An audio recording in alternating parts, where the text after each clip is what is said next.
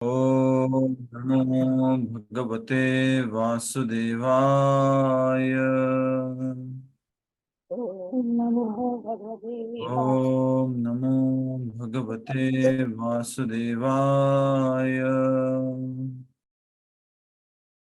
ओम नमो भगवते वासुदेवाय। मुखं करोति वाचालं पंगुं लंघयते गिरिं यत्कृपातमहं वन्दे श्रीगुरुदीनतारिणं परमानन्दमाधवं श्रीचैतन्यमीश्वरम्। नारायणं नमस्कृत्यं नरं चैव नरोत्तमं दैवीं सरस्वतीं व्यासं ततो जयमुदीरयेत्। नष्टप्रायेषु भद्रेषु नित्यं भागवत सेवया भगवती उत्तमश्लोके भक्तिर्भवति नैष्ठिकी। हरे कृष्ण कृष्ण कृष्ण हरे हरे, हरे राम राम राम हरे हरे। हरे कृष्ण। सभी भक्तों का स्वागत है आज के श्रीमद् भागवत कथा रूप कार्यक्रम में। आज हम नारद मुनि को श्राप देने के बाद आगे जो कथा हुई दक्ष महाराज और नारद मुनि के बीच में, उसको समझने का प्रयास करेंगे। अभी तक हमने समझा था कि नारद मुनि को श्राप दिया गया। नारद मुनि को श्राप किसने दिया था? महाराज दक्ष ने। और श्राप देने का जो कारण था वो आप में से कौन बताएंगे? यस, नारद मुनि को श्राप क्यों दिया था? सुशील कुमार जी।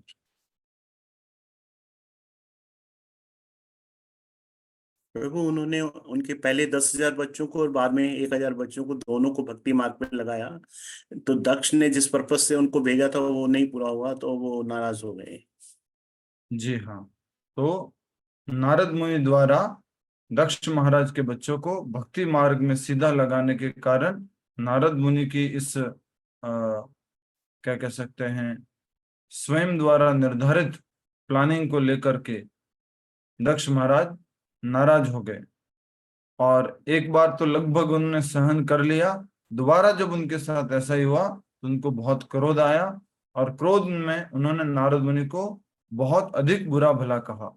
यहाँ तक ये भी कहा कि तुम तो एक ढोंगी हो, साधु के वेश में हो, लेकिन तुम जो है साधु के लक्षण नहीं रखते हो। इस प्रकार दक्ष महाराज ने क्रोध में आते हुए लास्ट में उनको श्राप दिया। लास्ट में क्या श्राप दिया? तुम्हारा कोई घर नहीं होगा, तुम भटकते रहोगे। तुम्हारा कहीं भी घर नहीं होगा प्रभु जी। तुम्हारा कहीं पर भी घर नहीं होगा और तुम जो है हमेशा भटकते रहोगे, एक स्थान पर ठहर नहीं पाओगे। तो ये जो है श्राप हमने कल पढ़ा था, आज हम इससे आगे पढ़ेंगे। सबसे निवेदन है अपनी अपनी श्रीमद् भागवत कथा रूप के अंतर्गत ये अध्याय जो हम 28वां समझ रहे हैं इसको खोलें और उसमें ये वाला पैराग्राफ जहां से हम आगे प्रारंभ कर रहे हैं, नारद मुनि को श्राप देने के बाद की कथा।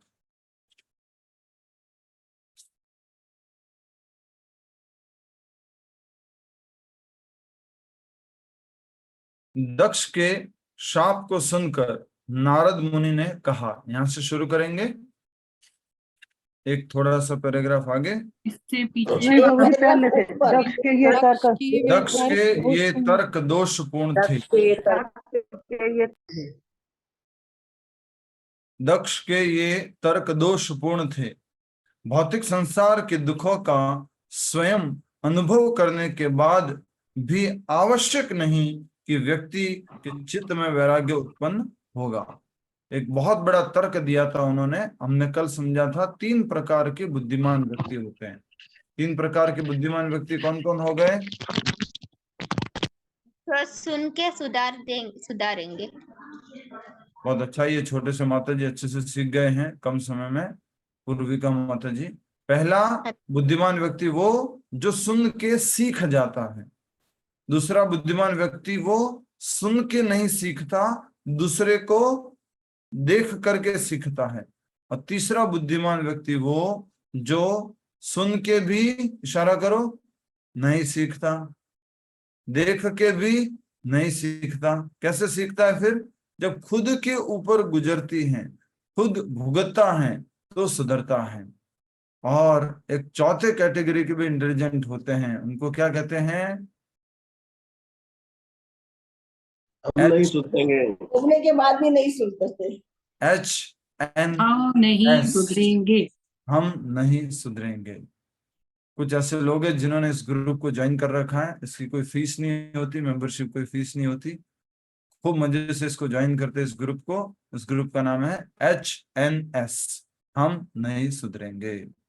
सुन के नहीं सुधरेंगे, देख के तो सुधर जा, नहीं सुधरेंगे, खुद के ऊपर भुगत लिया अब तो सुधर जा, बोले नहीं हम तो कभी नहीं सुधरेंगे। तो ये चौथे तरह के बुद्धिमान व्यक्ति होते हैं।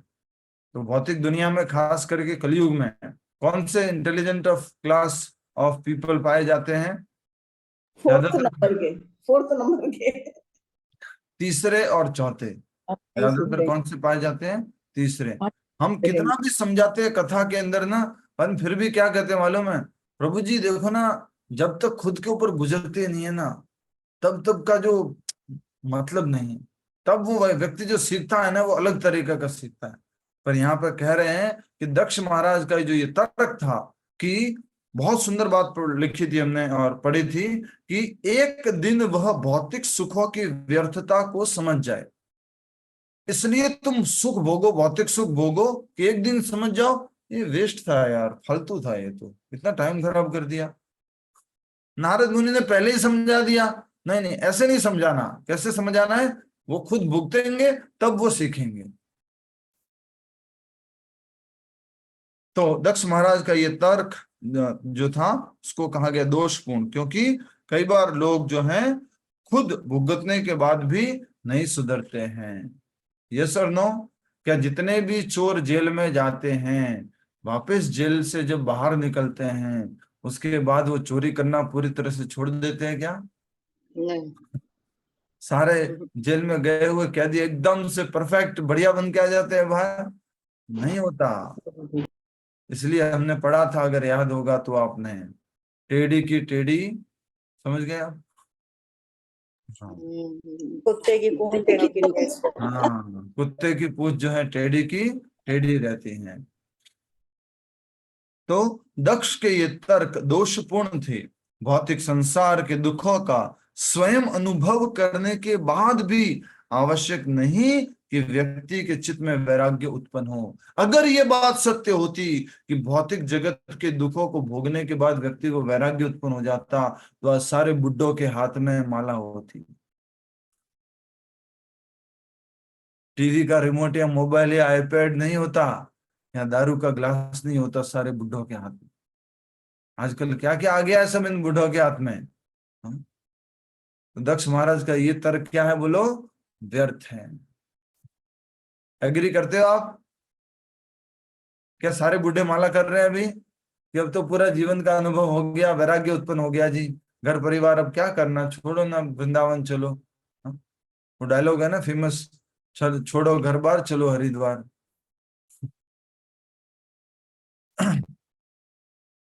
भौतिक भोगों को भोगने की इच्छा तथा भौतिक गुण इतने प्रबल हैं कि प्रत्येक दुख देखने के बाद भी व्यक्ति इंद्रिय भोग के अपने प्रयासों को नहीं छोड़ता। पक्का एग्जाम्पल है, कुत्ते की पूंछ टेढ़ी की टेढ़ी रहती है। घर के दरवाजे पर आता है, मार के भगाते हो, मार के भगाते हो, 1 बार 2 बार 3 बार 4 बार 5 बार, फिर भी पीछे से थोड़ी देर बाद जो है आता है, पीछे पूंछ हिलाता हुआ, मी मी मी मी मी मी। तो वैसे ही हम सब लोगों के अंदर क्या है, ये काम क्रोध तमोगुण इस प्रकार से भरा हुआ है। कष्ट भुगतने के बाद, जीवन के अनुभव होने के बाद फिर भी पाप कर्म में प्रवृत्त रहते हैं। और यह सत्य है कि नारद मुनि जैसे महाभागवत वैष्णवों के आशीष से ही व्यक्ति के चित्त में सुसुप्त वैराग्य की भावना जागृत हो सकती है। जो सोई हुई वैराग्य की भावना है वो कब जागेगी? जब नारद मुनि जैसे महाभागवत का क्या मिलेगा? आशीर्वाद। हमेशा याद रखेंगे कि बिना गुरु के तो डायरेक्टली भगवान की कृपा नहीं होने वाली है, तो गुरु का आशीर्वाद बहुत आवश्यक है। तो नारद मुनि ने, अगर पहले भी देखेंगे, इससे पहले भी, तो किस किस को आशीर्वाद दिया था नारद मुनि ने? याद करो थोड़ा सा, किस किस को आशीर्वाद दिया था, किस किस को मार्ग दिखाया था? एक ध्रुव फेमस एग्जाम्पल है प्रहलाद महाराज ध्रुव महाराज। ध्रुव महाराज को, प्रहलाद महाराज यतीश कुमार, प्राचीन बरही को भी दिखाया था मार्ग। प्राचीन बरही को मार्ग दिखाया, ध्रुव महाराज को मार्ग दिखाया, और प्रहलाद महाराज। पुरंजन को मार्ग दिखाया। तो इस तरह से इसी वंश में बहुत सारे लोगों का नारद मुनि ने उद्धार किया था, पूर्वजों का। को भी मार ये दिया, माता जी को भी बताते रहे थे प्रभु जी। इंद्र को भी मार दिया, इंद्र ने कई बार गलतियां की थी, उनको सुधारने का काम है। तो नारद यस माता जी, ठीक है। तो आगे हम पढ़ रहे हैं कि अब कैसे रिएक्ट किया हमारे नारद मुनि जी ने। दक्ष के साथ मृगारी को भी बताया था प्रभु जी, मृगारी को भी।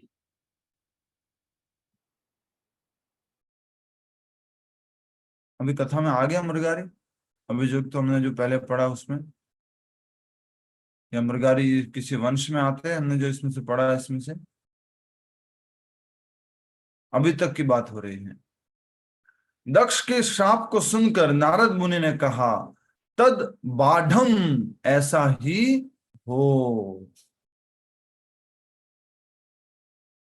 कैसा हो पूनम गर्ग माता जी?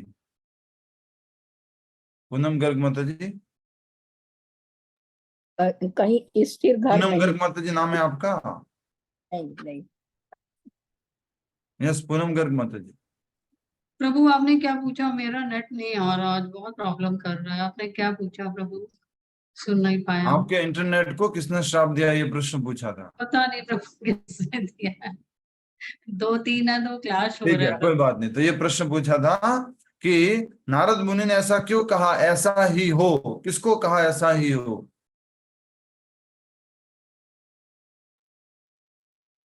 शाबाश शाबाश शाबाश। दक्ष को। रामावतार जी, आज उत्तर है इनके पास। बोलिए। दक्ष को बोला था। दक्ष को बोला। दक्ष ने क्या बोला था? कि तुम जो है किसी नहीं भी रहोगे। एक स्थान पर नहीं रह पाओगे, तुम्हारा कोई घर नहीं होगा। भले ही तुम संपूर्ण ब्रह्मांड में भ्रमण करो, परंतु मैं तुम्हें शाप देता हूं कि कहीं तुम्हारा घर नहीं होगा, कहीं पर तुम टिकोगे नहीं। ऐसा ही। तो ये शाप को सुनने के बाद नारद मुनि क्या बोलते हैं? ऐसा वो, ऐसा कैसे शाप है जिसको शाप बोलेंगे, और शाप बोलने के बाद ऐसा ही हो। परंतु आज आपने वो टॉलरेंस वाली बात जोरदार बताई प्रभु जी, बहुत जोरदार, बहुत बड़ी पिंच करी, हर आदमी के लिए बहुत शिक्षाप्रद है कि घर में कई टॉलरेंस करते, हर टॉलरेंस को आगे बढ़ो।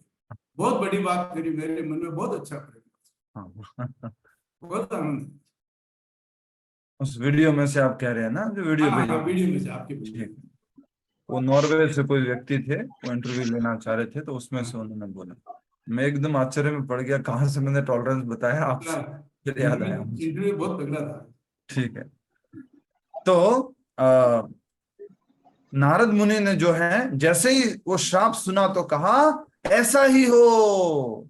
और प्रभुपाद जी बोल रहे हैं कि नारद मुनि बहुत खुश हो गया, हरि बोल हरि बोल, मजा आ गया, क्या बात है, ऐसा ही हो, ज्यादा से ज्यादा लोगों को मैं मिल पाऊंगा, प्रचार कर पाऊंगा, भक्ति दे पाऊंगा, ऐसा ही हो, बिल्कुल ठीक है। घर नहीं चाहिए मुझे, परमानेंट रेजिडेंस नहीं चाहिए। यद्यपि नारद मुनि के पास दक्ष को प्रतिशाप देने की शक्ति थी, परंतु उन्होंने ऐसा नहीं किया। ये किसका लक्षण है? परम वैष्णव का, महाभागवत का लक्षण है। उन्होंने ऐसा नहीं किया। वे एक सहनशील तथा दयालु साधु जो थे। वास्तव में नारद मुनि जैसे प्रचारक भक्तों के लिए दक्ष का शाप एक वरदान है, क्योंकि इसकी सहायता से वे संपूर्ण जगत में निरंतर भ्रमण करते हुए मानव समाज को भगवत भक्ति प्रदान कर सकते हैं। तो आपसे अगर प्रश्न पूछा जाए दक्ष का श्राप था या वरदान था, तो क्या बन गया दक्ष का श्राप? वरदान वरदान बन गया। या तो दक्ष का श्राप जो है वरदान बन गया, क्योंकि नारद मुनि क्या थे? प्रचारक। तो अगर हमारे से कोई पूछेगा कि आप लोगों को कौन इंस्पायर करता है, आपको इंस्पिरेशन किससे मिलती है? बोले प्रभुपाद जी से। अच्छा, और कोई प्रचारक आपके जो सब जगह प्रचार करते हैं, सब जगह पूरे ब्रह्मांड में? नारद मुनि। तो वो हमारा इंस्पिरेशन है। जो मिलता है उसको भक्ति के मार्ग में लगा देना है, बस छोड़ना नहीं, और फॉलोअप नहीं छोड़ना। फॉलोअप छोड़ दिया तो गड़बड़ हो जाएगा। मैंने मेरे जिंदगी में प्रचार करते हुए पिछले 13-14 सालों में ये सीखा है, किसी भी व्यक्ति का पीछा करना नहीं छोड़ना है। हिंदी भाषा में बोला मैंने, उसको पकड़ते रहना बस। फिर मिलना, प्रसाद देना, मिलना, बुलाना, मिलना, बुलाना, मिलना, बुलाना, बुलाना, बुलाना, बुलाना, बुलाना, बुलाना, बस वो अब आपका हो गया। Follow is the key, follow is the success. Follow करते रहो, कभी नहीं छोड़ना। आज नहीं आया, कल नहीं आया, परसों नहीं आया, तरसों नहीं आया, कभी न कभी तो आएगा। फंसेगा।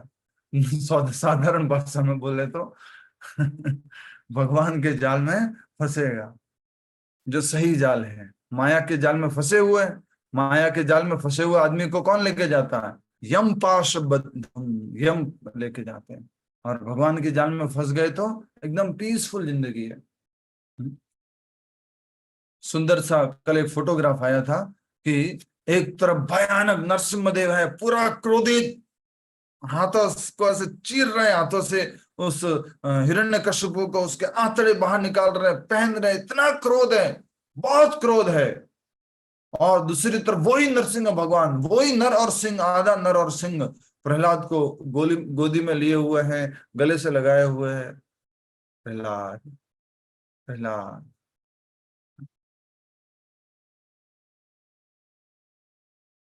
एक भक्त है और एक राक्षस है।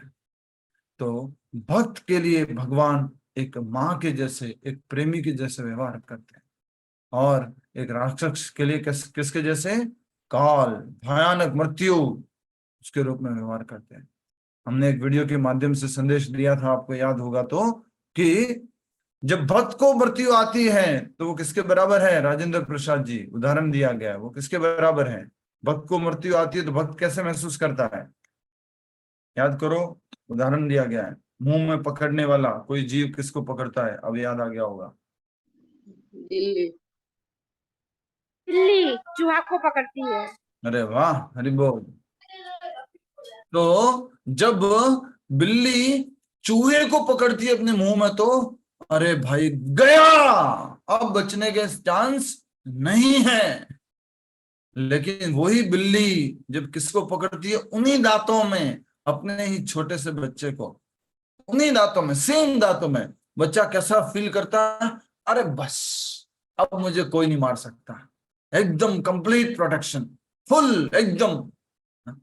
ये जो है फर्क है, हमेशा याद रखिएगा। क्या भक्त को मृत्यु नहीं आती? आती है, लेकिन भक्त कैसा महसूस करता है? भगवान की गोदी में सो रहा हूं। और अभक्त कैसे महसूस करता है? मेरे से सब कुछ छीन लेंगे, सब कुछ खत्म हो रहा है मेरा, गया मैं, अब मेरा कोई नियंत्रण नहीं है। वो अभक्त महसूस करता है। समझ में आ रहा है आपको? तो भक्ति करेंगे तो आराम से भगवान की गोदी में सो जाएंगे। ठीक है। इसके पश्चात ब्रह्मा जी के निर्देश पर दक्ष ने अपनी पत्नी असीकनी के गर्भ से 8 कन्याओं को जन्म दिया। 60 कन्या है, 60 है प्रभु जी। 60 कन्या। 60 कन्या। अरे वाह, ठीक है। कुछ लोग पढ़ रहे थे, कुछ लोग, बाकी लोग? कितनी कन्या हैं? 60 है कि 8 है? 60 है प्रभु। 60 है। ठीक है, ठीक है, ठीक है, पढ़ रहे हैं आप लोग। इसके पश्चात ब्रह्मा जी के निर्देश पर दक्ष ने अपनी पत्नी असीकनी के गर्भ से 60 कन्याओं को जन्म दिया। दक्ष जानते थे कि नारद मुनि द्वारा इन कन्याओं को वैराग्य के पथ पर ले जाने की कोई संभावना नहीं है। दक्ष को मालूम था कि इन नारद मुनि जो प्रभु जी है ना, ये इन माताजियों को सन्यास में नहीं भेजेंगे, मेरी बेटियों को सन्यास नहीं देंगे, इनको ये ज्यादा प्रीचिंग नहीं करेंगे, इनसे ये अगर कुछ कहेंगे भी तो क्या कहेंगे, हरे कृष्णा, माता जी प्रणाम, आप कैसे हैं, अच्छे हैं, बहुत बढ़िया, अच्छा मैं आपकी शादी का अरेंजमेंट करता हूँ। तो दक्ष को मालूम था, इसलिए उन्होंने 60 कन्याओं को जन्म दिया अपनी पत्नी असिकनी से। और फिर कह रहे हैं कि वे जानते थे कि नारद मुनि द्वारा इन कन्याओं को वैराग्य के पथ पर ले जाने की कोई संभावना नहीं है। दक्ष ने इन 60 में से 10 पुत्री धर्मराज यमराज को दी। 10 पुत्रियों की शादी किससे हुई? यमराज, धर्मराज। 17 कश्यप मुनि को, 27 सोम को, और अंगिरा, कृशाश्व और भूत, इन तीनों को 2-2 पुत्रियां दी। इस प्रकार से इनकी 60 पुत्रियों की शादी हुई। ठीक है। यमराज ने साध्या नामक अपनी पत्नी से यमराज ने साध्या नामक अपनी पत्नी से साध्यों का से हिंदी में थोड़ा सा करेक्शन करना पड़ेगा ना। यमराज ने साध्या नामक अपनी पत्नी से साध्यों को जन्म दिया। और यमराज भी आएगा। हाँ, यमराज की। हाँ तो मुझे साध्या से साध्यों को जन्म दिया और विश्वा से विश्व देवों को। ठीक है, अब ठीक है। यमराज ने साध्या नामक अपनी पत्नी से साध्यों को जन्म दिया और विश्वा से विश्व देवों को। यम ने अपनी मुहूर्ता नामक पत्नी से मुहूर्ती को जन्म दिया। ये देवता अपने अपने शासन काल के दौरान जीवात्माओं को उनके कर्म फल प्रदान करते हैं। तो ये यमराज को हेल्प करते हैं किस चीज में? कर्म का फल देने में। ठीक है। ये यमराज की अलग अलग पत्नियों से अलग अलग, कितनी पत्नियां थी यमराज की? जो दक्ष की कन्या के रूप में उनको दी गई थी 10। तो उसमें से कितनों के बारे में यहाँ बताया गया? अभी 3 के बारे में कि 2 के बारे में? 3 के बारे में कि 2 के बारे में? 3 के बारे में। ठीक है। एक साध्या, एक विश्वा और एक मुहूर्ता। ठीक है। यम की वसु नामक पत्नी से 8 वसुओं का जन्म हुआ, जिनमें द्रोण प्रमुख है। तो 8 वसु किसके पुत्र हैं? यमराज के। सोचो, तो यमराज खाली ऐसे कोई सामान्य व्यक्ति नहीं है, एक महाभागवत है, भगवान के परम वैष्णव भक्त है। इसलिए यमराज ने क्या बोला था अपने शिष्यों को? रामावतार जी अपने दूतों को क्या बोला था यमराज ने?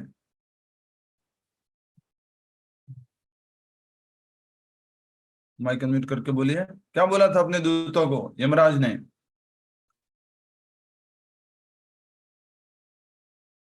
माइक अनम्यूट कीजिए। हाँ, 3 बच्चों को बोला अपने कर्म के अनुसार दंड दो। पहले की बात है ये। यस, कौन बताएगा? नेहा जैन माता जी।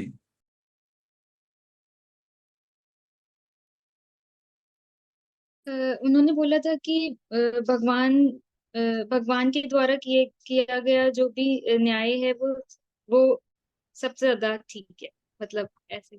जब किसी को उत्तर नहीं आता ना तो मैं समझ जाता हूँ। माइक के पास हाथ जिस स्पीड से आता है ना, उससे मैं समझ जाता हूँ। प्रभु जी उन्होंने ये कहा था कि जो भगवान की पूजा करते हैं उनको आप नहीं खींच के ला सकते। नहीं नहीं नहीं, एकदम बिल्कुल सही उत्तर है। जो भगवान का नाम उच्चारण करता है, कीर्तन करता है, उसके पास भी नहीं जाना है, दूर से प्रणाम करना है, और वो मेरे क्षेत्र में नहीं आते हैं। इतना ज्यादा शक्तिशाली है भगवान का नाम, भगवान के भक्त। तो इसलिए यहाँ पर देख सकते हैं कि स्वयं यमराज एक वैष्णव हैं और वो भगवान के नाम की महिमा को यहाँ पर सिद्ध कर रहे हैं अपने यमदूतों के माध्यम से। अजामिल की कथा में जब हमने पहले पढ़ा था, तो यमराज से 8 वसुओं का जन्म हुआ, उनकी पत्नी वसु नाम पत्नी से। द्रोण की अभिमति नामक पत्नी से हर्ष, शोक, भय तथा अन्य पुत्रों का जन्म हुआ। ये सब एक एक व्यक्ति है, याद रखिएगा। शोक एक व्यक्ति है, हर्ष एक व्यक्ति है, हाँ, और भय एक व्यक्ति है। अलग अलग प्रकार से ये व्यक्ति है, पुत्र है। अग्नि नामक वसु की पत्नी कृतिका से स्कंद कार्तिकेय का जन्म हुआ और दोष नामक वसु की पत्नी शर्वरी से शिशुमार का जन्म हुआ, जो पूर्ण पुरुषोत्तम भगवान के एक विस्तार थे। वास्तु नामक वसु की पत्नी अंगीरसी से महान वास्तुशिल्पी विश्वकर्मा का जन्म हुआ और उनकी पत्नी आकृति ने चाक्षुष मनु को जन्म दिया। ठीक है, इस प्रकार से ये वर्ण के बारे में अलग अलग जो इनके दक्ष महाराज की पत्नियों की जो शादी हुई, उनसे कौन कौन संतानें उत्पन्न हुई, उसके बारे में कहा जा रहा है। दक्ष महाराज को क्या ड्यूटी दी गई थी? प्रजा की उत्पत्ति करना। तो उन्होंने 10,000 जो है पहले अपने पुत्रों को जन्म दिया था। उनका नाम क्या था? हरिअश्व। उनको नारद मुनि ने क्या बना दिया? भक्त बना दिया, शुद्ध भक्त बना दिया। और उसके बाद में उनके 1000 पुत्र हुए, उनको नारद मुनि ने क्या बना दिया? उनका नाम क्या था? सलवाश्व।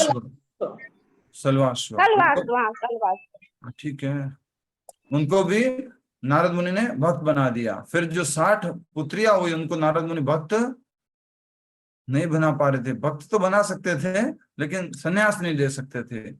तो उन्होंने दक्ष महाराज ने इनकी शादी करवा दी और इनसे जो संतान उत्पत्ति हुई, इस माध्यम से अपना कर्तव्य पूरा किया। और ये अलग अलग प्रकार के देवी देवताओं का जन्म हुआ। देवी देवताओं को भी जन्म देने वाले कौन है? बोलो। यमराज।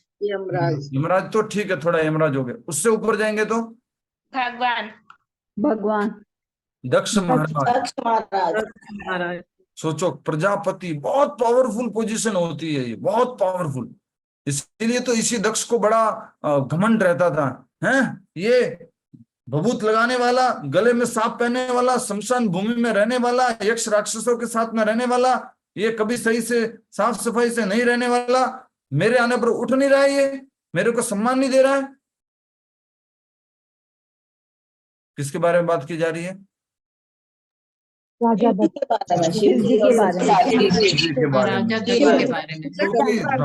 दक्ष महाराज को बहुत घमंड था इस बात का। बहुत बड़ी पोजीशन होती है ये दक्ष की। तो इस प्रकार दक्ष से जो बेटियां हुई, उन बेटियों ने बहुत सारे देवताओं को जन्म दिया। यहाँ तक कि फेमस देवता, जैसे कि एक तो भगवान के ही अवतार हुए शिशुमार जी, एक इसी तरह से विश्वकर्मा, 8 वसु, ये जो है फेमस देवताओं को भी जन्म दिया। कार्तिकेय।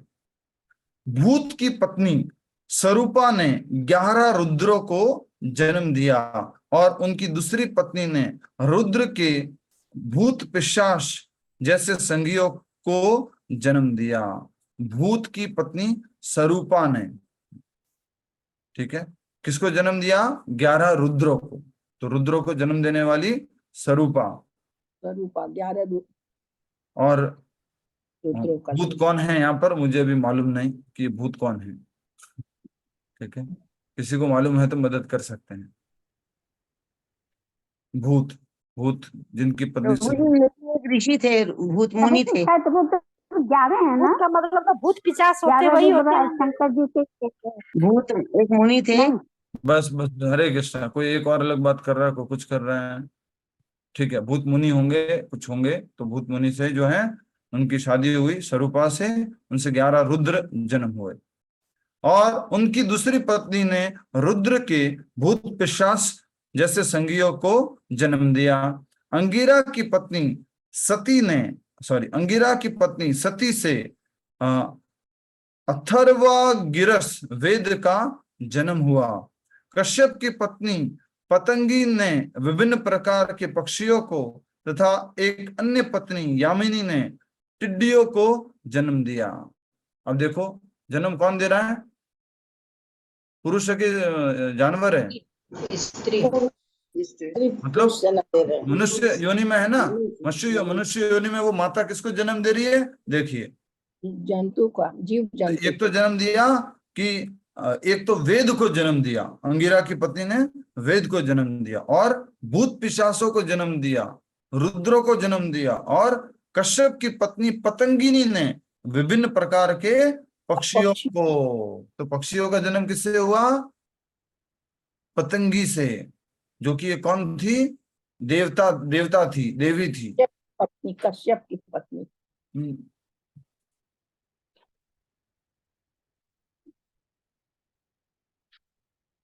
ठीक है। एक अन्य पत्नी यामिनी ने टिड्डियों को जन्म दिया। टिड्डियां फेमस है, क्या कर देती है? फसल खत्म कर देती है पूरी। फिर विनीता ने भगवान विष्णु के वाहक गरुड़ तथा सूर्य देव के वाहक अरुण को जन्म दिया। विनीता नामक जो पत्नी थी, उन्होंने कश्यप मुनि की, ठीक है, उन्होंने किसको जन्म दिया? भगवान विष्णु के वाहक गरुड़ को तथा सूर्य देव के वाहक अरुण को जन्म दिया, ठीक है। और कद्रु ने विभिन्न प्रकार के सर्पों को जन्म दिया। समझ पाएंगे आजकल के साइंटिस्ट? पॉसिबल है? नहीं। हाँ। डार्विन का सिद्धांत यहाँ मैच करता है किसी भी तरह से? नहीं, पॉसिबल ही नहीं। थ्योरी ऑफ इवोल्यूशन, यहाँ तो एक साथ ही जन्म हो रहा है, एक ही पिता है, उनकी पत्नियां अलग अलग है, एक पत्नी किसी को और जन्म दे रही है, एक पत्नी किसी और को जन्म दे रही है। इस प्रकार से वो देख सकते हैं। तो भगवान के वाहन जो गरुड़ थे, उनका भी जन्म किससे हुआ? विनीता से। वो किनकी पत्नी थी? कश्यप मुनि की, ठीक है। और सूर्यदेव के वाहन अरुण को जन्म दिया, और कद्रु ने विभिन्न प्रकार के सर्पों को जन्म दिया। कश्यप की पत्नियां इस ब्रह्मांड की लगभग अधिकांश प्रजा की माताएं बनी। कश्यप की दो मुख्य पत्नियां थी, कौन कौन सी? मंजू गुप्ता माता जी बताएंगे। कश्यप मुनि की दो मुख्य पत्नियां, मंजू गुप्ता माता जी। ध्यान नहीं आ रहा प्रभु जी। ठीक है, रुको रुको रुको रुको रुको, कितनी बार बोला है कि रुको। इंदु सिन्हा माता जी, तो कश्यप मुनि की दो मुख्य पत्नियां, बोलिए माता जी।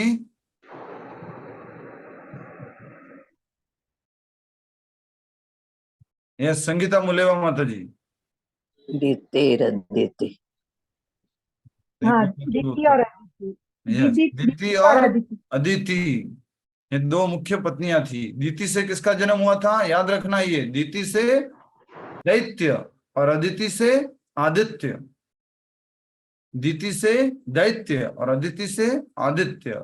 दैत्य में सबसे बड़े दो दैत्य हुए थे, उनका नाम क्या था? जिनको कल ही मारा था भगवान ने, कल ही मारा था, आप समझ जाओ। हिरण्यकशिपु और हिरण्याक्ष, ठीक है। तो कश्यप की पत्नियां इस ब्रह्मांड की अधिकांश प्रजा की माताएं बनी। अपनी तीमी नामक पत्नी से कश्यप ने जलचरों को जन्म दिया, और शर्मा से बाघ और चीते जैसे खूंखार पशुओं को जन्म दिया। ये भगवान कैसे समझाइए? याद रखना मुश्किल है प्रभु। याद तो मत रखो, पर समझ लो, समझ सकते हो, दिमाग में घुस सकता है। शेर का जन्म हुआ माता जी से। शर्मा से बाघ और चीते जैसे खूंखार पशुओं ने जन्म लिया। सुरभि से गाय, भैंस एवं खुरों वाले अन्य पशुओं ने जन्म लिया, और त्रामा से चील, गिद्ध एवं शिकार करने वाले अन्य बड़े पक्षियों का जन्म हुआ। कश्यप की मुनि नामक पत्नी से अप्सराओं का जन्म हुआ, और क्रोधावशा से विभिन्न सांपों तथा मच्छरों ने जन्म लिया। अब श्राप दे देना किसको? कश्यप मुनि को, क्रोधा नामक उनकी पत्नी को। शर्म नहीं आता? मच्छरों को जन्म देते हुए आज भी परेशान कर रहे हैं हमें।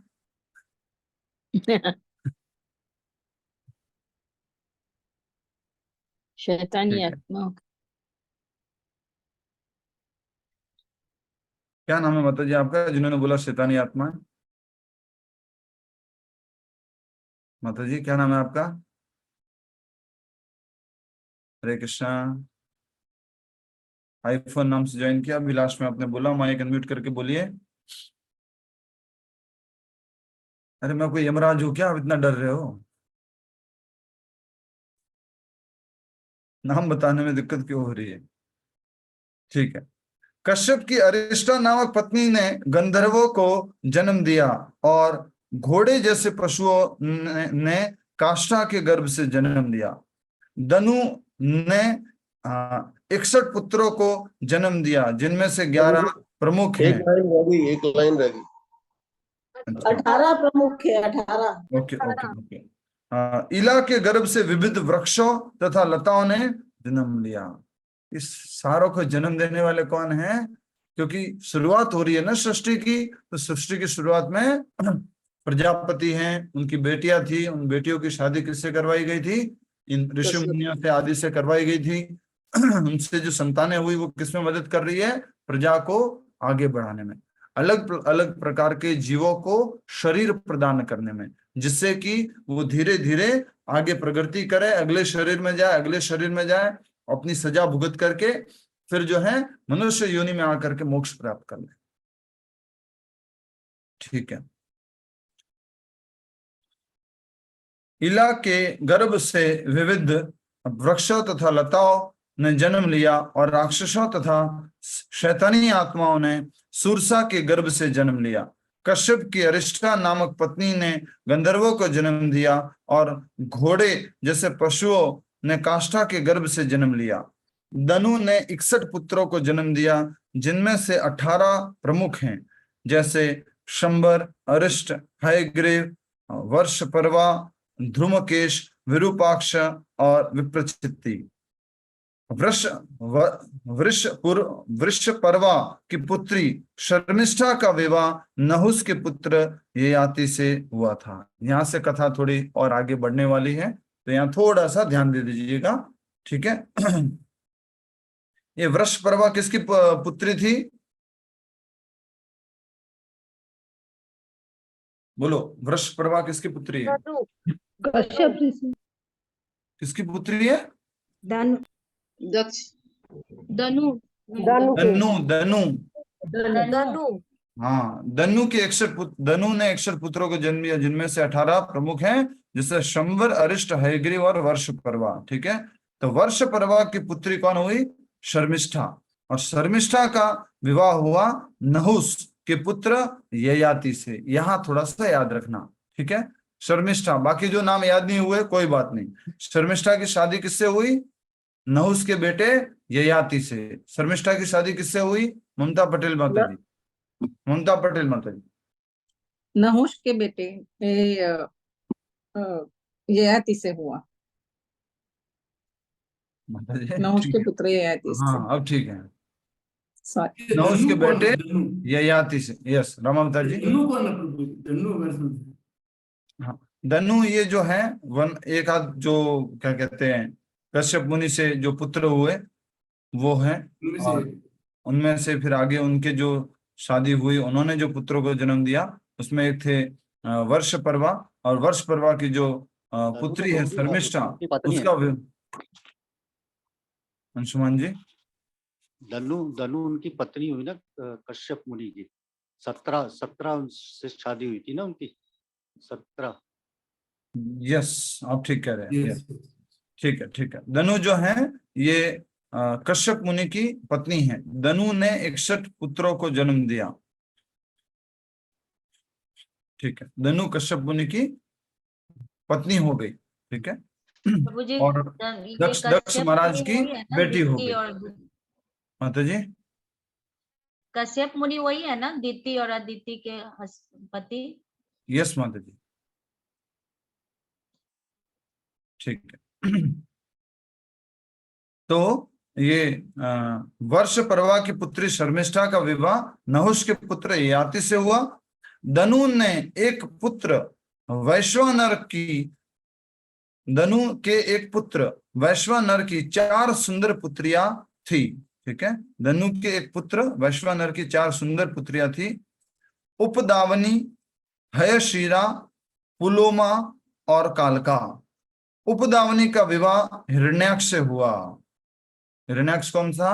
हिरण्यकशिपु का भाई। तो देख सकते हैं अदिति से जो जन्म हुए थे वो आदित्य हुए, दिति से जन्म हुए वो दैत्य हुए। दैत्यों में कौन थे? हिरण्याक्ष। और हिरण्याक्ष की शादी किससे हुई थी? कश्यप मुनि की ही कोई दूसरी पत्नी धनु, उनकी बेटी वैश्वानर, उनके एक पुत्र वैश्वानर, उनकी बेटी जो है उपदावनी, उनसे हिरण्याक्ष की शादी हुई थी। उपदावनी का विवाह हिरण्याक्ष से हुआ। हयशिरा का क्रतु से तथा अन्य दो पुलोमा और कालका को कश्यप ने स्वीकार किया। कश्यप मुनि अन्य दो को, पुलोमा और कालका को कश्यप ने स्वीकार किया। थोड़ा सा कंफ्यूजन है, थोड़ा समझेंगे और आगे। अपनी ही डॉटर से शादी की प्रभु जी। ये कश्यप मुनि हाँ प्रभु जी। और कोई कश्यप है? वही कश्यप है, ये मैं देख हरे रहा हूँ। कृष्णा, इसका एक चार्ट है, फैमिली ट्री चार्ट दक्ष का, शायद उससे इजी हो तो कीजिए, डिस्प्ले कीजिए। तो वो मुझे लगता है ये भी रीबर्थ है। कश्यप तो नाना वापर से कैसे इनकी पुत्रियों को स्वीकार कर? हाँ हाँ, मैं भी एक और कश्यप होंगे।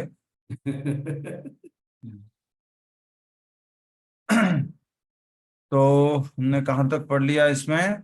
धनु, धनुष, ठीक है। अदिति से ये हो गए, दीति से ये हो गए, धनु से ये हो गए, और इसमें एक धनु से हुई, उसका नाम है पुलोमा, कालका और हयशिरा। तो ये पुलोमा है, और पर इसमें तो यहाँ तक ही है, वो जो आगे इनकी शादी हुई वो नहीं है। विनीता से, कद्रू से ये सब हो गया, ठीक है। और है जो आगे इससे रिलेटेड? मेरे पास लिस्ट में है बट चार्ट फॉर्म में कहीं पे मिला नहीं था। अच्छा, ठीक है। तो इस प्रकार से अब ये हम समझेंगे कि कोई एक और थोड़ा अलग था प्रभु जी उस फैमिली ट्री में। वो दक्ष प्रजापति की वाइफ दिखा रहे हैं, पर हम तो यहाँ पे कश्यप मुनि की पढ़ रहे हैं, धनु और वो सब। फैमिली ट्री में दक्ष की दक्ष दिखाई है। प्रजापति की पुत्रिया, अच्छा जी। दक्ष प्रजापति की पुत्रिया जिनकी शादी कश्यप से हुई, यम से हुई, और सोम से हुई, और अंगिरा से हुई, और कृशाश्व से हुई, और भूत से हुई, ठीक है। तो इस प्रकार हमने देखा कि जो अन्य दो इनकी पुत्रियां थी,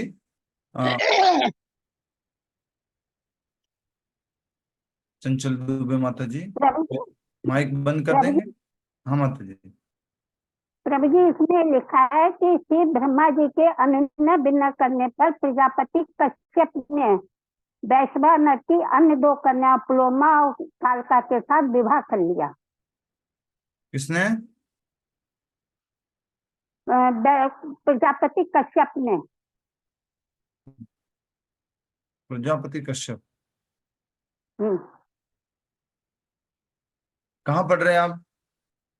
हाँ जी, कहाँ पढ़ रहे हैं? अच्छा प्रभु जी, उसमें पढ़ रही हूँ मैं, ये पूरा भागवत है ये। हाँ ठीक है, भागवत में पढ़ रहे थे। क्या पढ़ रहे हैं? एक बार फिर से पढ़ लीजिए, फिर से पढ़ लीजिए। ये दिया है कि तत्पश्चात श्री ब्रह्मा के अनुनय बिना करने पर प्रजापति कश्यप ने वैश्वानर की अन्य दो कन्याओं पुलोमा और कालका के साथ विवाह कर लिया, और कश्यप की दोनों पत्नियों के गर्भ से 60,000 पुत्र हुए। वो आगे आ रहा है माता जी, हम ये समझने वाले थे कि कश्यप जी। माता जी धन्यवाद। तो प्रभु जी, ये तो उनकी पुत्री हुई। माता जी यहाँ मुझे क्लियर नहीं है, इसको समझेंगे कि किस प्रकार से था। ठीक है, अभी के लिए हम समझते हैं, क्योंकि आगे एक और ऐसी घटना आएगी, वो तो ऐसी ही एज इट इज है, उसको हम देखेंगे अभी। तो इन दोनों के गर्भ से 60,000 निवात कवचों, पोलोमो तथा कालकेयों का जन्म हुआ, जिनका वध अर्जुन द्वारा हुआ। सॉरी,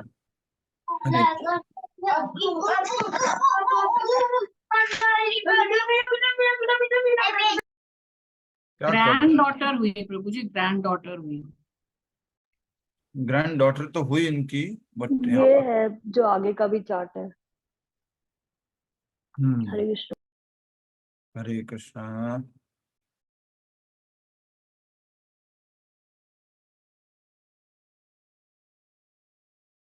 नहुषा, पुलोमा, हैशिरा, कलका, हिरण्याक्ष हो गया, उपदानवी, ठीक है, हैशिरा, हैशिरा से कृतु, पुलोमा और कालका, Kashyap, married at the request of Lord Brahma. ठीक है, ओके, थैंक यू। तो ये कश्यप मुनि वही है जो जिनके जिनकी पत्नी थी दनु, और उनके पुत्र हुए थे 4 पुत्र वैश्वानर, और वैश्वानर की 4 पत्नियां और पुत्रियां हुई थी, और उन पुत्रियों में से 2 पुत्रियों से ब्रह्मा जी के रिक्वेस्ट पर इन्होंने शादी की। अभी तक अगर आप देखेंगे भी वैसे भी, तो आपको ज्यादातर कैसा लगेगा, भाई बहन की शादी हो रही है, भाई बहन रिलेटेड है, इस तरह से लग रहा है। शुरुआत में भी हमने देखा था, जब सृष्टि की शुरुआत हो रही थी तो वो जोड़ों के रूप में प्रकट हुए थे, उनको इस प्रकार से शादी होनी थी, सृष्टि को आगे बढ़ाना था। इसलिए ऐसे तो कहेंगे कि जितने भी ब्रह्मा जी से उत्पन्न हुए वो सब आपस में कैसे होंगे, क्या संबंध होगा उनका, सब भाई बहन ही होंगे। सब भाई बहन होंगे, तो आगे उनकी शादी नहीं हो सकती, आगे वो प्रजा को नहीं बढ़ा सकते। तो ये शुरुआत में इस प्रकार से प्रजा को आगे बढ़ाने के लिए ब्रह्मा जी ने उनसे रिक्वेस्ट की थी, कश्यप मुनि से, कि आप जो है अपनी अपने ही बेटे वैश्वानर की जो पुत्रियां हैं उसमें से 2 पुत्रियों से शादी कर लो। इन दोनों के गर्भ से 60,000 निवात कवचों पोलोमो तथा कालकेयों का जन्म हुआ, जिनका वध अर्जुन द्वारा हुआ। अपनी पत्नी सिंहिका से विप्रचित्ति ने 101 पुत्रों को जन्म दिया, जिनमें राहु सर्व प्रमुख थे।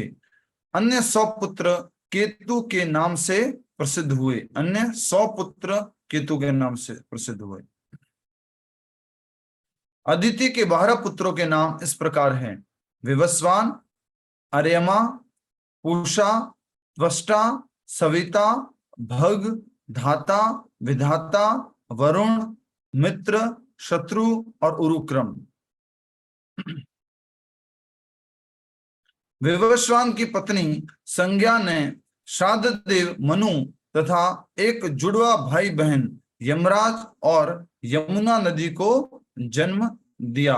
यमुना को यमी भी कहा जाता है। यमराज जी का जन्म किससे हुआ? यमराज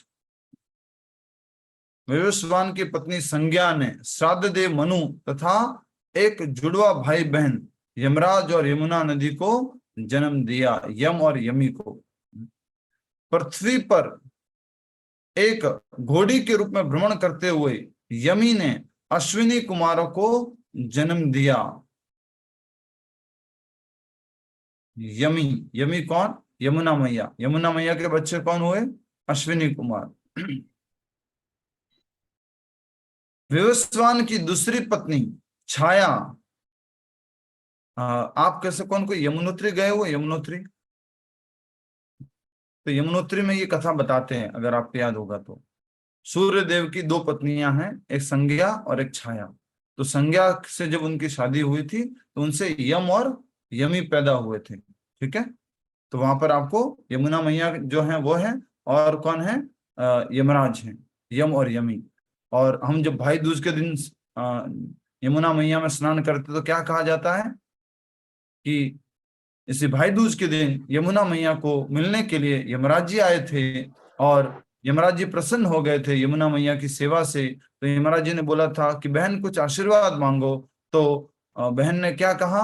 मुझे कुछ आशीर्वाद नहीं चाहिए, बस आज के दिन अगर मेरे जल में आकर के कोई स्नान कर लेगा तो वो आपके दरवाजे पे नहीं आना चाहिए, अर्थात इसको मुक्ति मिल जानी चाहिए। याद आया? जो यमुनोत्री गए हुए उनको याद आ गया, सूर्यदेव, संज्ञा और ये दूसरी पत्नी छाया। और देखते हैं हम आगे। इसमें जी खाने का भी है, जैसे भाई दूज पे मतलब यमराज जी ने यमुना जी के यहाँ पे खाना भी खाया था, भोग भी खाया था, तो फिर उन्हें आशीर्वाद दिया गया था। वही तो बोला माते, डिटेल में बताऊं क्या कि पूड़ी भी थी, रस भी था, मलाई भी थी, रसगुल्ला भी था। आज आप जाग गए हो तो मतलब बोलना है। डेली आया करो ना टाइम पर क्लास में और एक्टिव रहा करो। विवस्वान की दूसरी पत्नी, विवस्वान कौन? रामावतार जी। विवस्वान कौन? ये गड़बड़ मत करना, अभी अभी बोला है, अभी हाथ तो भर लिया। विवस्वान कौन अदिति का पुत्र है? कौन विवस्वान? अदिति किसका के नाम है? पुत्र, अदिति के पुत्र। सूर्य देवता। सूर्य देव। सूर्यदेव। अभी अभी तो बोल रहा हूं मैं कि सूर्य देव की शादी दो पत्नियों से हुई, एक संज्ञा से और एक छाया से। यहाँ तो विवस्वान लिखा है। विवस्वान सूर्य देव का नाम है, मैं बहुत बार बता चुका हूँ। अभी जो सूर्य ग्रह पे जो राजा है उनका नाम है विवस्वान। अभी चंद्रमा ग्रह पर राजा है उनका नाम है सोम। अभी इंद्र जो आसन है उसके ऊपर जो राजा बैठे हो उनका नाम है पुरंदर। ठीक है, तो भगवत गीता के 4 अध्याय के पहले श्लोक में ही आता है, इमं विवस्वते योगम प्रोक्तावान अहम अव्ययम, कि मैंने ये परम ज्ञान जो है, परम विज्ञान जो है अर्जुन, मैंने तुम्हारे से पहले किसको दिया था? सूर्य देव को दिया था, विवस्वान को दिया था। ठीक है, आगे बढ़ते हैं। विवस्वान की दूसरी पत्नी छाया ने 2 पुत्रों, शनेश सचर, शनेश्चर, तो ये कौन हो गए? शनि महाराज। यमुनोत्री में शनि महाराज का मंदिर है, गए हुए हैं? यमुनोत्री में शनि महाराज का एक मंदिर है। तो ये भाई है किसके? यमुना मैया के भाई हैं। टीएम नाम से कौन है? कृपया करके अपना माइक बंद कर दें। विवस्वान की दूसरी पत्नी छाया ने 2 पुत्रों, शनेश्चर और अर्थात शनिदेव और सावरणी मनु तथा एक पुत्री तप्ती को जन्म दिया। तप्ती का विवाह संवरण से हुआ। अरेमा की पत्नी मातृका ने अनेक विद्वान पुत्रों को जन्म दिया और फिर उनकी सहायता से ब्रह्मा जी ने आत्मनिरीक्षण की क्षमता रखने वाले मनुष्यों को उत्पन्न किया। दैत्यों की पुत्री रचना का विवाह प्रजापति त्वष्टा से हुआ। दैत्यों की पुत्री रचना का विवाह प्रजापति त्वष्टा से हुआ। ये 1-2 नाम याद रखने होंगे, त्वष्टा, प्रजापति। दैत्यों की पुत्री रचना का विवाह प्रजापति त्वष्टा से हुआ और उसने 2 अत्यंत शक्तिशाली पुत्रों सन्निवेश और विश्वरूप को जन्म दिया। ठीक है, तो ये कश्यप मुनि और अदिति की जो पूरी चार्ट है उनके बच्चों के जन्म की, वो यहाँ पर देख सकते हैं।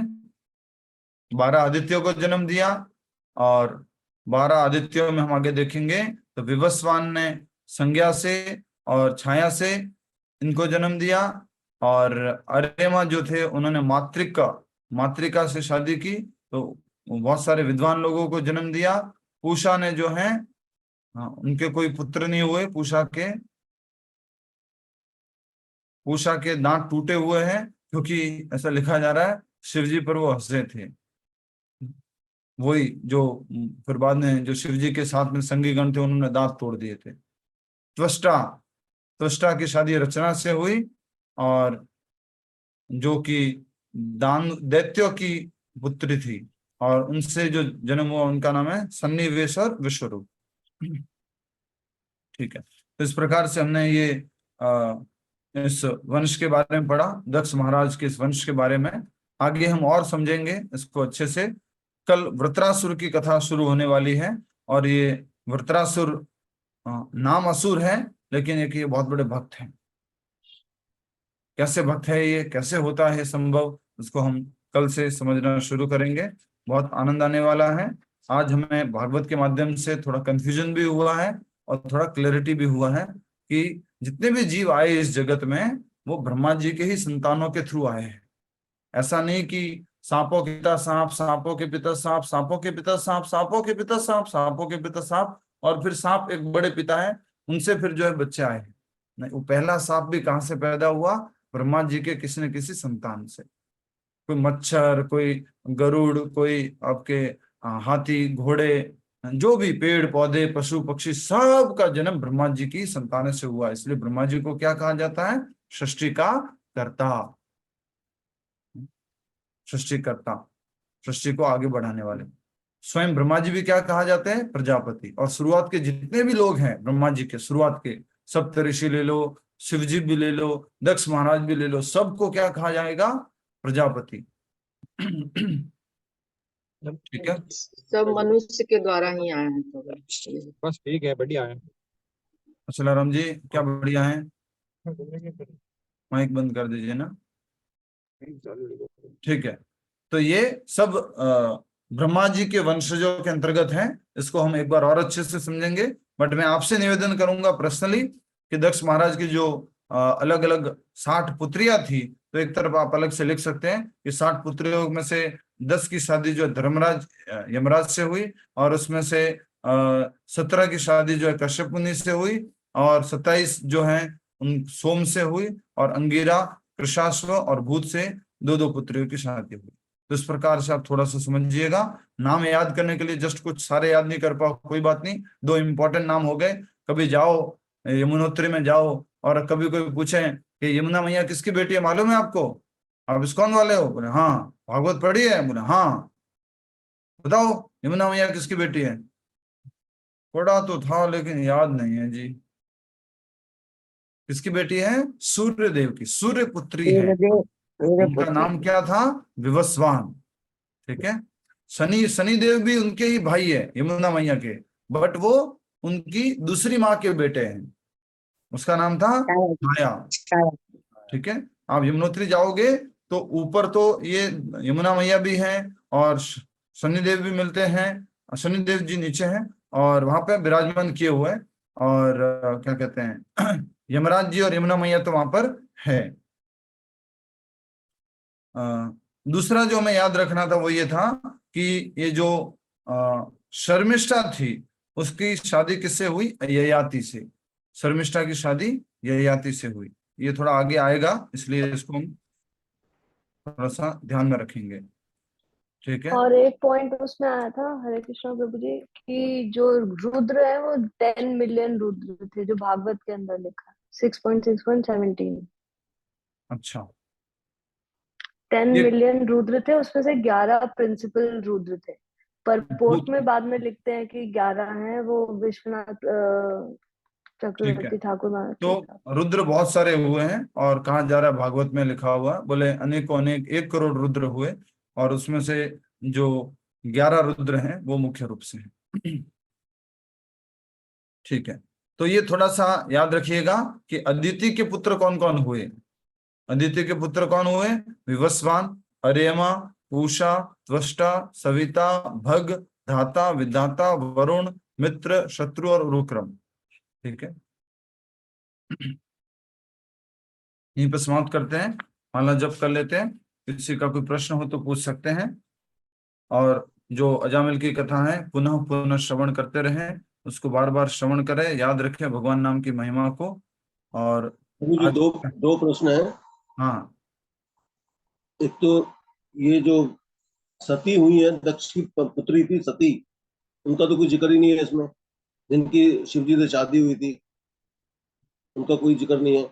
दूसरी बात ये पूछनी थी कि अब जैसे उन्होंने 60 पुत्रियों को जन्म दिया, तो ये इच्छा मात्र से पुत्रियों को जन्म देते हैं? जितनी पुत्र चाहे पुत्रियां चाहें तो इच्छा करने से हो जाता है? हाँ, पहले जो है उनकी तपस्या इतनी होती थी, जैसे दक्ष महाराज ने तपस्या की और भगवान विष्णु को प्रकट किया था। भगवान विष्णु स्वयं आशीर्वाद देने के लिए आए थे, ब्रह्मा जी ने उनको आदेश दिया था। तो पहले वो खुद ही इतने पावरफुल होते थे कि वो जैसे संतानें चाहते हैं वैसे संतानों की उत्पत्ति कर सकते थे। ब्रह्मा जी ने आदेश दिया कि अलग अलग प्रकार के जीवों को उत्पन्न करो, पेड़ों को, पशुओं को, पक्षियों को, गायों को, भैंसों को, वो भी उन्होंने जन्म दिया। अलग अलग उनके पत्नियों से अलग अलग लोगों का जन्म हुआ। तो पहले उनकी शक्तियां इतनी होती थी, और उस समय सृष्टि की क्या कह सकते हैं शुरुआत थी। शुरुआत में इस प्रकार जो शादियां और हमने देखा अलग अलग प्रकार का जन्म, ये गलत नहीं माना गया। पर सती सती माता की तो जिक्र ही नहीं है इसमें। दक्ष की पुत्री थी ना सती, हाँ जिनका शिव जी से विवाह हुआ था। 60 पुत्रियों में उनका नाम ही नहीं है, और ना उनका ये है कि उनकी शादी शिव जी से पहले हुई। दक्ष की थी ना प्रभु जी। ये दक्ष जब पहले पिछले मनवंतर में आए थे ना, यही दक्ष, तब की बात है। अच्छा, तब की प्रभु जी, ऑलरेडी जब वो पहला घटना ऑलरेडी वो घट माता जी ऑलरेडी वो घटना हो चुकी है, और उसी के कारण ये राजा दक्ष ने इतना बड़ा शिवजी का, परम वैष्णव का जो अपमान किया था, इस कारण से वो भी भक्त नहीं बन पा रहे। इस कारण से नारद मुनि जब समझा रहे हैं तब समझ भी नहीं पा रहे हैं, तो अभी भी वो वैष्णव अपराध का फल मिल रहा है उनको। तो वो पहले घटना हो चुकी है।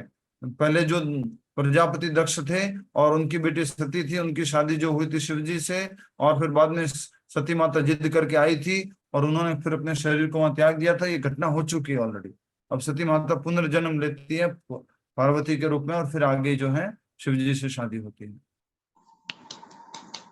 वो तब तो हिमालय से हुई थी ना उनकी। हाँ, हिमालय पुत्री बनी थी। हिमालय पुत्री, यस। तो पहले तो 9 पुत्रियां थी ना जिसमें सती थी प्रभु जी। वो दूसरी सती है, सिमिलर नेम है। जो भी अभी हमने पढ़ा था, एक सती नाम, एक और नाम है। 3 थी। सोम को, चंद्रमा को 9 पुत्रियां दी थी पहले। जी, मैं ये कह रहा हूँ कि इसमें जो सती नाम आया है, ये सती नाम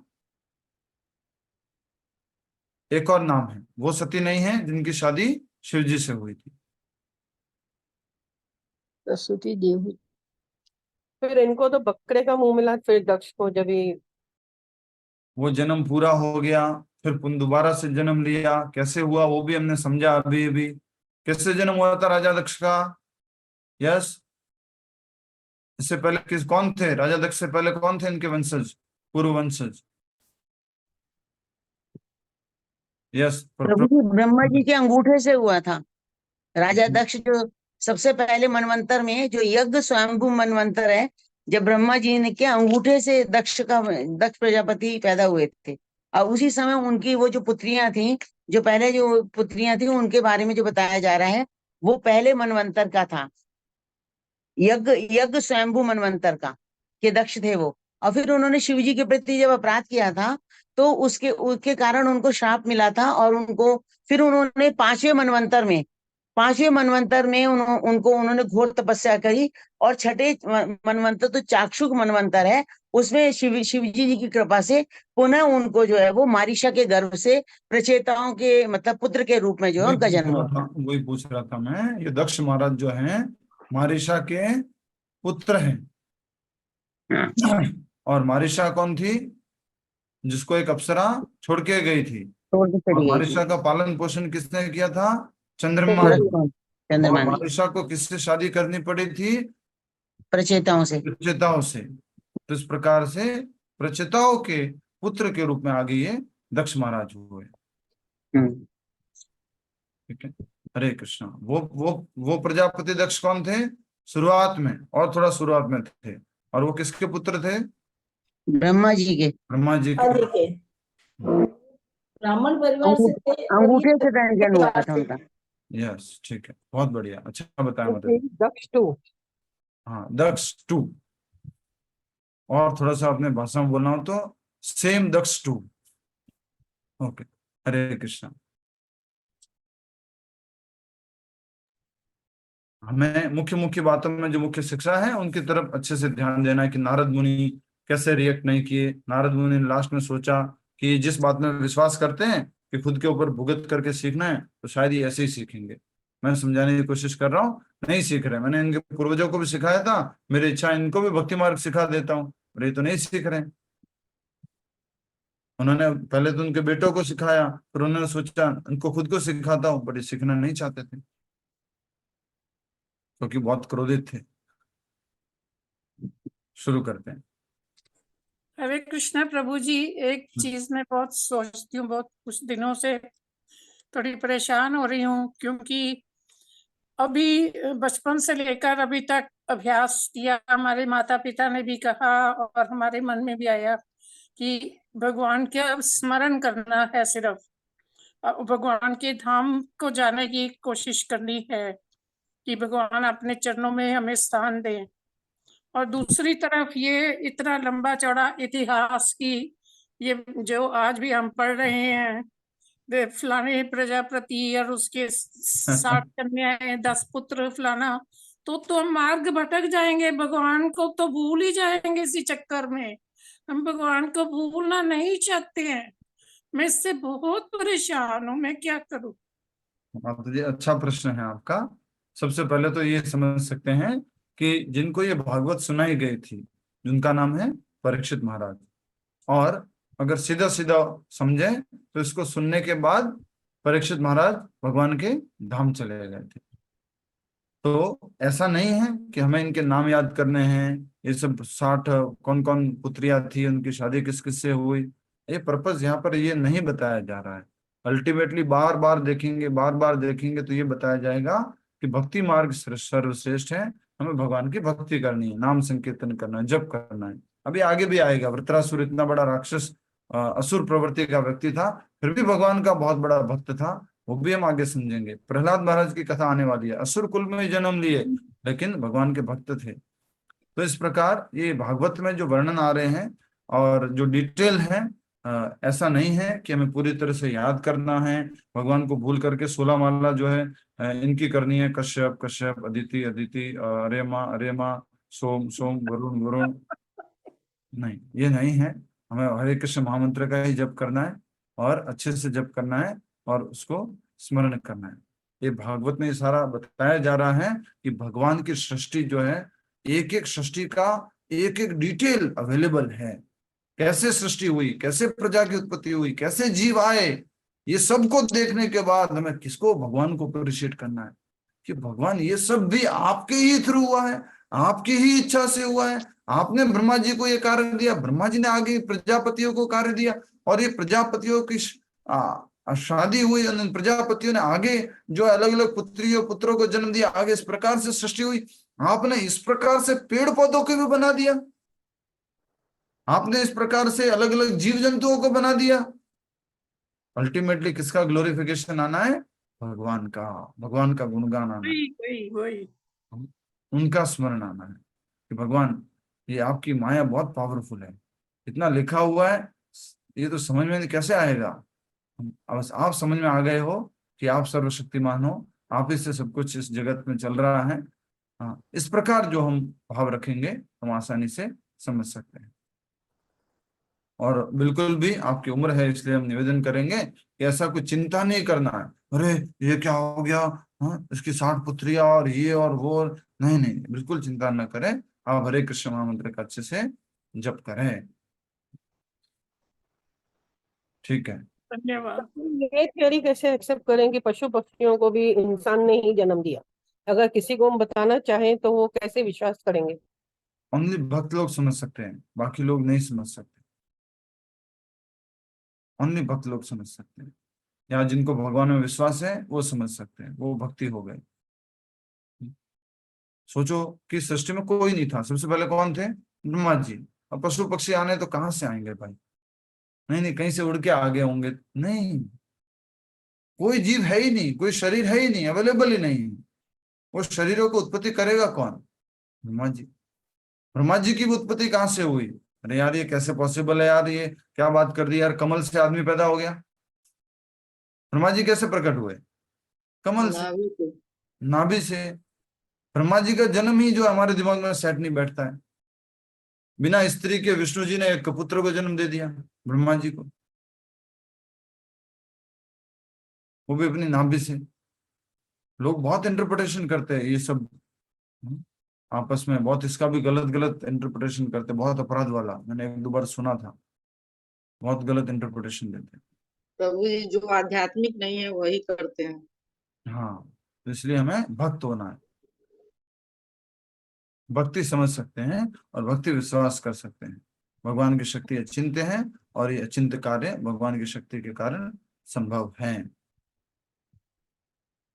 हरे Krishna accept as it is.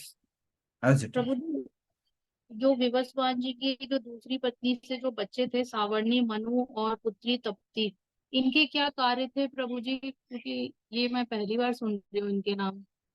मतलब ये कार्य मुझे भी नहीं मालूम है, इतना अभी हमने समझा है कि सूर्यदेव विवस्वान की तप्ती तो एक नदी ही है प्रभु जी। ताप्ती एक नदी है। यस। तो इस प्रकार से सूर्यदेव से एक यमराज हुए, एक यमी हुए, और सूर्यदेव की दूसरी पत्नी से शनिचर शनिदेव हुए। प्रभु जी, हनुमान जी की शादी किससे हुई थी? एक ही पुत्री से उनकी भी शादी हुई थी। जब वो सूर्य देवता के शिष्य बने थे तो इस शर्त पे शादी हुई थी कि वो कभी भी पत्नी का साथ नहीं निभा पाएंगे, लेकिन शादी इसलिए की उन्होंने क्योंकि उनको बिना शादी के भगवान सूर्य उनको अपना शिष्य बनाने को तैयार नहीं थे। वो कहते हैं बिना शादीशुदा को मैं शिष्य नहीं बनाता हूँ। तब ऐसी एक लड़की से शादी की उन्होंने जिन्होंने इस शर्त को मान लिया था कि आपसे शादी कर रहे हैं, लेकिन कभी भी पति पत्नी की तरह हम लोग नहीं रहेंगे। बाद में कहते हैं एक पुत्र भी हुआ था हनुमान जी। जब हरे पताल में गए थे, कृष्णा, थोड़ा सा